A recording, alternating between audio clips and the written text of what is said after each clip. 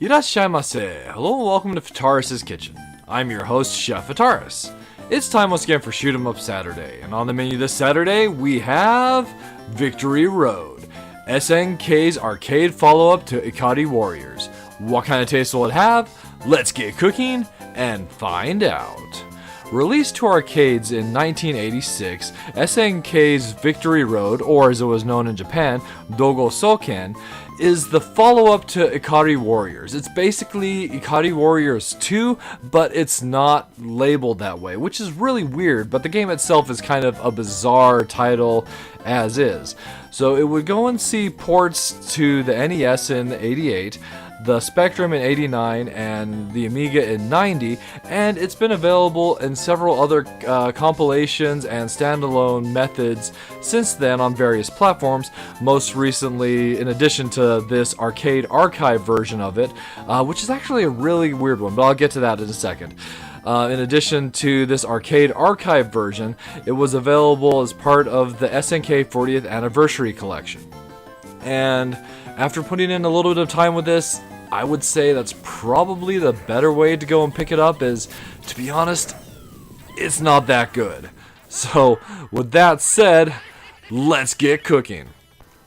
Diving into the game, we're playing the role of the warrior Rolf. So this game basically takes place right after Ikari Warriors 1's ending, where we're on our way back to our country and we happen to get whisked away in this storm to this far-flung alien future, and we're fighting aliens, where as that was instead of fighting through a jungle to go and rescue a general, it's a very, very different kind of scenario. That's part of what goes and makes it such a bizarre game. So we start off with one of the better weapons in the game, the bazooka, but if we die, we'll lose that. So there are various power-ups that... Oop, that green guy just flew down and took me out. So if we happen to go and die, we lose whatever power-ups we happen to have, but fortunately there's another bazooka right here, so that wasn't a bad time to go and lose the bazooka. So, about the thing that's interesting about Victory Road and Ikari Warrior as well, is they use an interesting loop...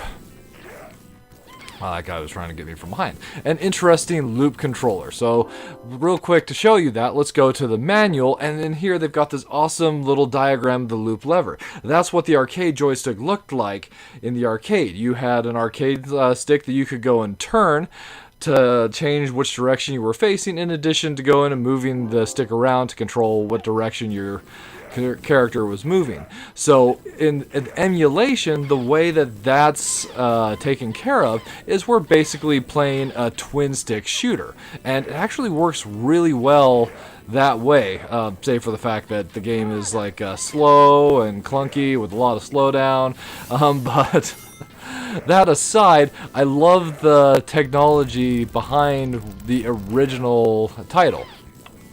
Okay, so talking a little bit more back about the game, we happen to go and pick up a suit of power armor, which allows us to take several hits instead of dying in one hit. But even if we die, that's not that big of a deal. If we go and dump a whole bunch of credits into the machine, which we can do as this is an arcade emulator, then we can just go and add lives for every credit we pick up. The only fault, or rather the only drawback to that is your life score gets reset to 0 when you do that.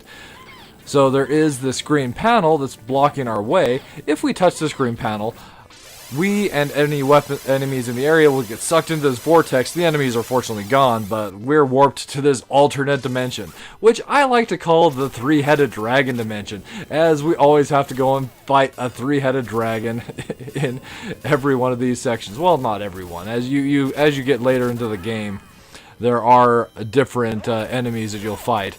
Basically, some of the bosses that you encounter earlier in the game become bosses that you fight in these alternate dimensions, but for the most part it's the Three-Headed Dragon dimension. The Three-Headed Dragon's kind of a jerk too. So this will go and bring me to one of my big problems that I have with Victory Road. It has no easy way to go and know if you're actually damaging the enemy. There's no life meter. There's no really easily indicated visuals for doing damage to it. And if you keep on shooting it, especially with a machine gun, eventually it will blow up, but it just doesn't feel like you're doing anything to it. So in addition to our machine gun, we do also have another weapon that we can be using, and that's grenades. And fortunately, we have an unlimited number of grenades that we can be tossing around. They're very effective for dealing damage, but they have a really small radius. So you do have to be careful with how you're using them. And those flying guys are the worst. So if I remember correctly, if I go on the right side, we'll encounter one of those green plates taking us to the Three-Headed Dragon dimension. So to go and keep things a little bit fresh, let's go the other direction. Maybe it was a different part of the stage I'm thinking of. So if we avoid the green plate, we won't get sucked into the Three-Headed Dragon dimension, but it's easier said than done, as you only have to barely graze it and you'll get pulled into those alternate dimensions. So, of interesting note, the Arcade Archive version, although Hamster is usually really good at having both the English and the Japanese versions of the ROMs for the arcade emulation, obviously from the title screen, this is the Japanese version, and that's the only ROM that's available on this particular version of the Arcade Archive.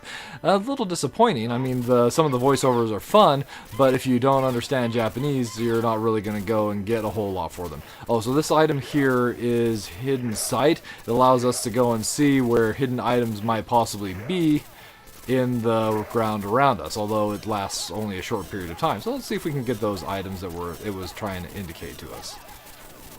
Nope, not really getting anything. Okay, well, that's fine.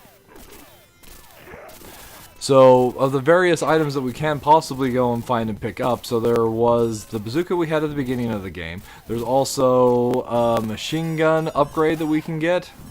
And there's a boomerang and a sword. I do really like the sword, but it can be hard to go and use. So this boss here is a tricky one to go and take out. You can't really do damage with your base machine gun. You have to use the grenades. In fact, that seems to be the best way to take out most of the bosses. But once again, it can be hard to go and tell if you're even actually hitting them. So one thing we have to worry about here, those statues go and throw out these big explosions, which are hard to dodge. We can take out those statues by throwing grenades at them. Let's grab this power armor. But it's hard to... Wow. That power armor did not last very long. It's hard to actually angle your shots to get those enemies. Or rather, those statues. We're not even talking about blowing up enemies, we're talking about blowing up statues. So at any rate... Yeah, this is Victory Road, Ikari Warriors sequel. It's just not very good. The game has a lot of issues with slowdown. There are some bosses in particular that have a ton of slowdown. The color palette is relatively bland, and the enemies are just relentless to the point of being frustrating. You can go and dump in a ton of credits and keep on playing for what feels like forever, but it's just not fun, and that's kind of the problem.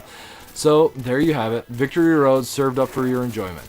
The minus flavors, so my biggest gripe, my biggest problem is just not being able to tell how much damage you've done to the bosses. It feels like some of the boss fights can go on forever. You're just throwing grenades or trying to shoot your weapon at them for what feels like an eternity, and you have no idea if you're actually getting anything done. That is frustrating, and just makes for a not fun experience. Then the poor performance of the gameplay itself, where you have all this massive slowdown with all these enemies, and even when it does not, when the screen isn't full of enemies, when you just have like there are certain bosses that just have slowdown by their sheer existence on the screen. So, you know, it's impressive that they've tried to go for larger bosses, but at the same time, it's just frustrating that their system couldn't really handle it. And the gameplay just feels dull.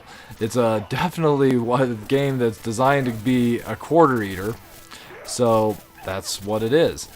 The plus flavors, so kind of almost contradictory to what I was saying. One of the things that I do like about it is just that like classic arcade feel, and then it's not really something that this version even has, but the whole like loop lever joystick is something that I think is really neat, and so like I like how it translates to a twin stick control scheme, but it's like fun to consider playing arcade title with like that kind of unique control scheme that they thought up for it. I think that's like really awesome. So at the end of the day, as an arcade archive title, this is not one I can recommend. I think you would be far better off picking up one of the collections that has it in it, like the SNK 40th Anniversary Collection for the Switch, rather than picking up the arcade archive version of Victory Road. Alright, that'll just about wrap it up for this week's episode of Shoot 'em Up Saturday.